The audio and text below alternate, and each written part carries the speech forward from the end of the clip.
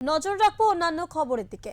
বাঙালি মানেই 12 মাসে 13 পার্বণ, পুজো থেকে শুরু করে ধুনুচি নাচ।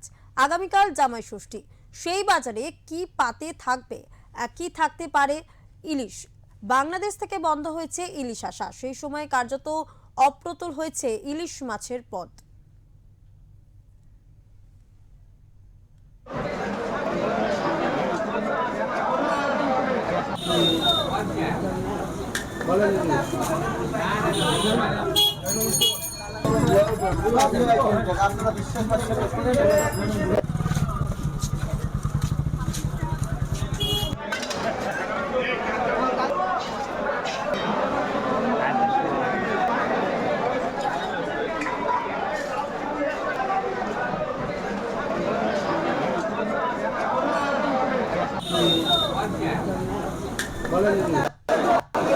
না ঠিক আছে, বাজার ঠিক আছে।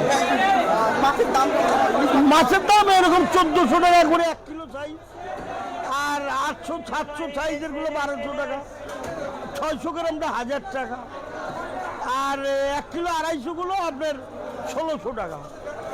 1 কিলো 250 জনের মাছটাই বেশি চলছে মার্কেটে। দক্ষিণ দিনাজপুরে বাংলাদেশের মাছ পাওয়া যায়, দেশে গন্ডগোল না, গন্ডগোলের জন্য আসছে না, আর বাংলাতেই মাছ নাই।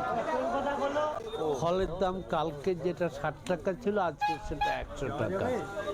আর সবজি বাজার সবজি যা ছিল ইউজুয়াল আছে। আচ্ছা, এই যে দাম বৃদ্ধি, ফলের দাম বৃদ্ধি, সাধারণ মানুষের সমস্যা কতটা হচ্ছে?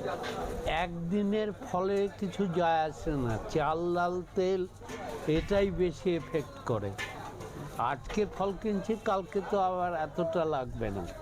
আজকে হয়তো করমচা কিনবো, কালকে করমচা লাগবে না, খেজুরের লাগবে না। হ্যাঁ, যিনি নিত্য প্রয়োজনীয় যেটা সেটাই দাম বাড়ছে।